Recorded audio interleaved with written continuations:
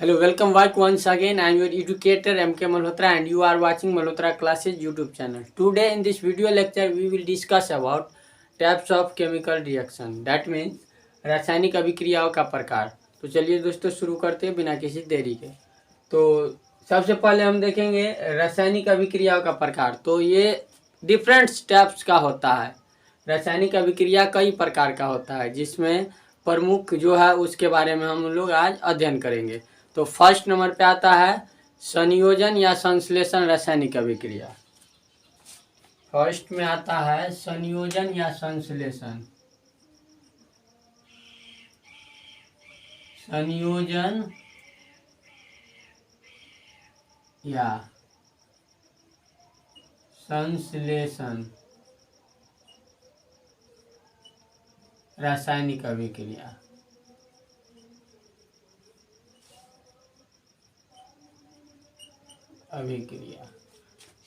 यानी कि सबसे पहले इसका शाब्दिक अर्थ देखते हैं कि संयोजन यानी कि समायोजन होना। जब दो या दो से अधिक पदार्थ मिलकर एक हो जाता है तो उसे हम लोग बोलते हैं कि समायोजन हुआ है। तो ठीक इसी तरह से इस रासायनिक अभिक्रिया में होता है। इस रासायनिक अभिक्रिया में दो या दो से अधिक पदार्थ आपस में संयोग करके एक हो जाते हैं। यानी कि अभिकारक में दो या दो से अधिक पदार्थ हो सकते हैं लेकिन प्रतिफल में सिर्फ और सिर्फ एक ही पदार्थ होते हैं। यानी कि कई सारे पदार्थ मिलकर एक हो जाते हैं तो उस रासायनिक अभिक्रिया को हम लोग बोलते हैं संयोजन रासायनिक अभिक्रिया या संश्लेषण या संश्लेषित रासायनिक अभिक्रिया। यानी कि सिंथेसिस केमिकल रिएक्शन। तो वह रासायनिक अभिक्रिया वह रासायनिक अभिक्रिया वह रासायनिक अभिक्रिया जिसमें दो या दो से अधिक पदार्थ परस्पर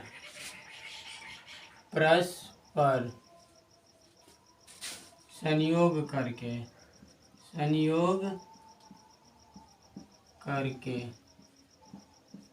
एकल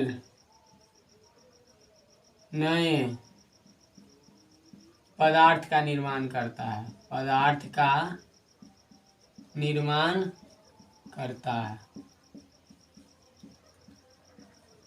उसे संयोजन रासायनिक अभिक्रिया कहते हैं। जैसे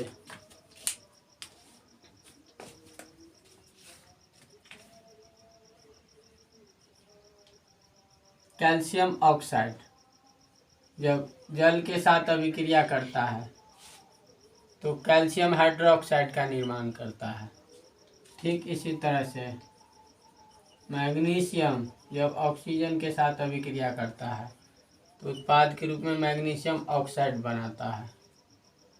यानी कि इस रासायनिक अभिक्रिया में अभिकारक में यानी कि रिएक्टेंट में दो पदार्थ है और प्रोडक्ट के रूप में ओनली एक पदार्थ है।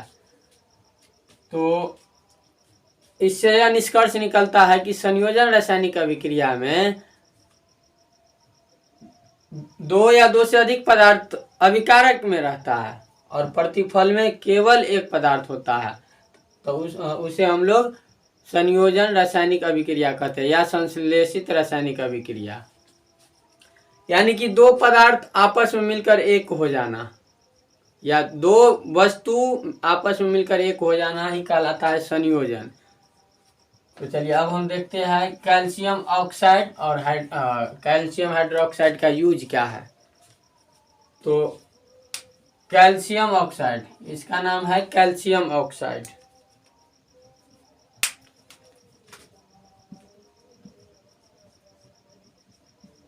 कैल्शियम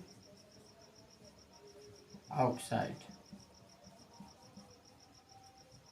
यह कैल्शियम ऑक्साइड है, इसका दूसरा नाम कली चूना भी होता है, कली चूना।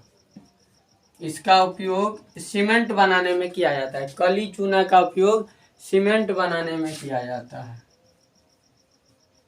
सीमेंट बनाने में किया जाता है। और जब यह जल के साथ अभिक्रिया करता है तो उत्पाद के रूप में कैल्शियम हाइड्रोक्साइड देता है, calcium hydroxide, calcium hydra oxide. इसी का दूसरा नाम है भखरा चूना, भखरा चूना। और साथ में इस अभिक्रिया के दौरान ऊष्मा का भी निर्माण होता है। जब कैल्शियम ऑक्साइड को जल के साथ अभिक्रिया कराई जाती है तो उत्पाद के रूप में कैल्शियम हाइड्रोक्साइड और काफ़ी मात्रा में ऊष्मा देता है। चलिए अब हम देखते हैं कैल्शियम हाइड्रोक्साइड का यूज कहाँ होता है। तो कैल्शियम हाइड्रोक्साइड, जिसका दूसरा नाम भखरा चूना है, इसका उपयोग दीवार के सफ़ेद रंग के पेंट करने में किया जाता है। कैल्शियम हाइड्रोक्साइड वायु में उपस्थित कार्बन डाइऑक्साइड को अवशोषित करके उसे सफ़ेद कैल्शियम कार्बोनेट में परिवर्तित कर देता है। यानी कि कैल्शियम हाइड्रोक्साइड CaOH का होल 2 ये वायु में उपस्थित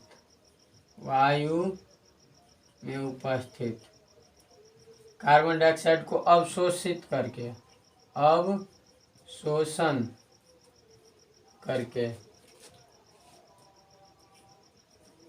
सफ़ेद कैल्शियम कार्बोनेट में परिवर्तित कर देता है, जिसके कारण दीवार का चमक बढ़ जाता है। तो जब हम लोग दीवार को पेंट यानी कि चूना से पेंट करते हैं तो सूखने के बाद वे दीवार हमें चमकती हुई प्रतीत होता है। यही कारण है कि दीवार चमकता है। काहे कि कैल्शियम हाइड्रोक्साइड जो है वायु में उपस्थित कार्बन डाइऑक्साइड को अवशोषित करके सफ़ेद कैल्शियम कार्बोनेट में परिवर्तित कर देता है, जिसके कारण वे हमें चमकते हुए दिखाई देते हैं। तो चलिए अब हम देखते हैं कि वियोजन या अपघटन रासायनिक अभिक्रिया क्या है।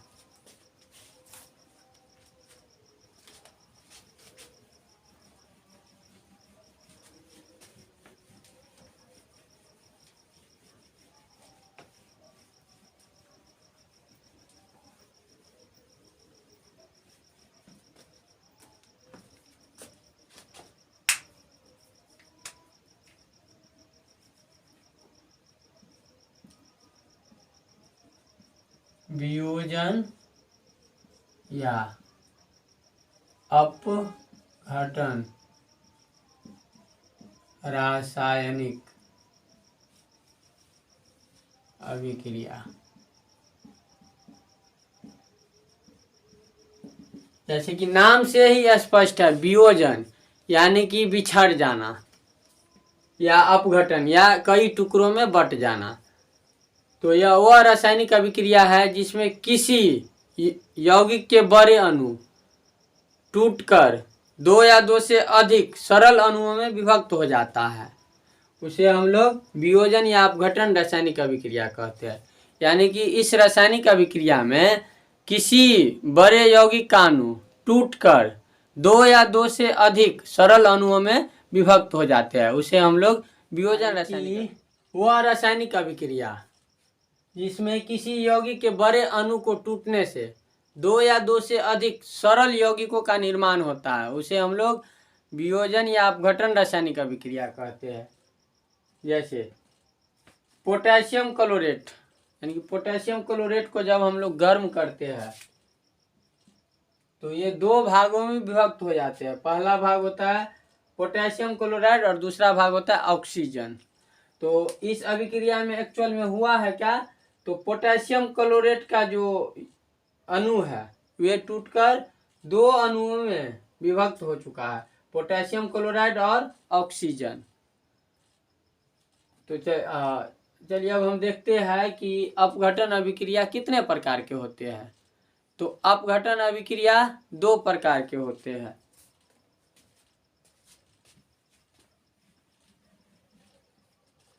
एक में हम देख लेते हैं,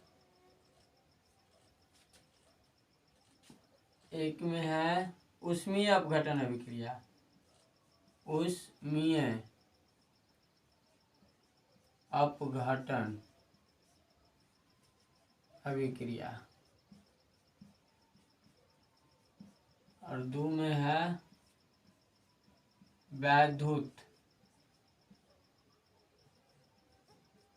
अपघटन अभिक्रिया।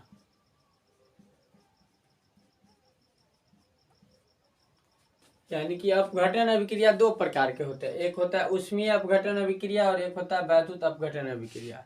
तो चलिए अब हम देखते हैं ऊष्मीय अपघटन अभिक्रिया क्या है।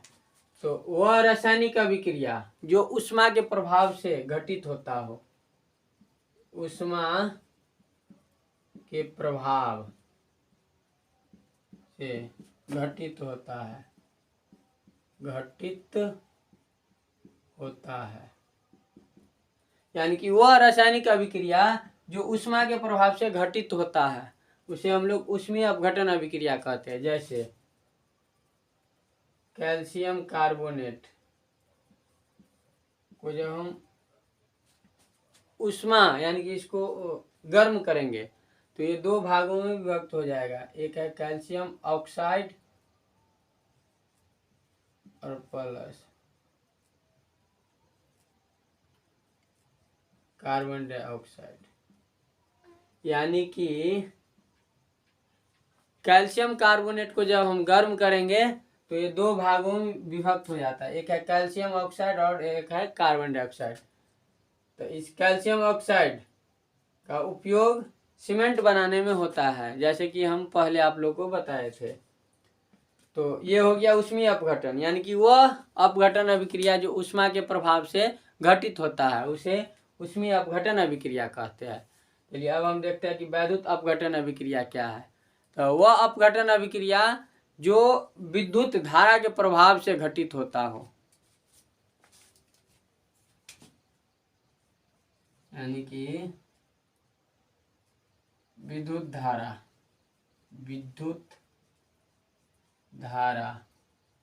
के प्रभाव से घटित होता है। यानी कि वह अपघटन अभिक्रिया जो विद्युत धारा के प्रभाव से घटित होता है उसे हम लोग वैद्युत अपघटन अभिक्रिया कहते हैं। जैसे सोडियम क्लोराइड से होकर यदि विद्युत धारा को प्रवाहित किया जाए तो ये 2 भागों में विभक्त हो जाता है। एक होता है सोडियम और दूसरा होता है क्लोरीन। ठीक इसी तरह से जल के विलयन से यदि विद्युत धारा को प्रवाहित किया जाए तो यह भी 2 भागों में बढ़ जाता है, हाइड्रोजन प्लस ऑक्सीजन। तो यदि हम सोडियम क्लोराइड के जलीय विलयन से होकर विद्युत धारा को प्रवाहित किया करे तो हमें कुछ इस तरह से देखने को मिलता है। यानी कि सोडियम अलग हो जाता है और क्लोरीन अलग हो जाता है। तो सोडियम जो है वो कैथोड पे चला जाता है और क्लोरीन जो है एनोड पे चला जाता है। ठीक इसी तरह से जल से होकर यदि हम विद्युत धारा को प्रवाहित करते हैं तो हाइड्रोजन जो है वो कैथोड पे चला जाता है और ऑक्सीजन जो है वो एनोड पे चला जाता है। तो चलिए दोस्तों, इस वीडियो में बस इतना ही। मिलते हैं किसी नेक्स्ट वीडियो में।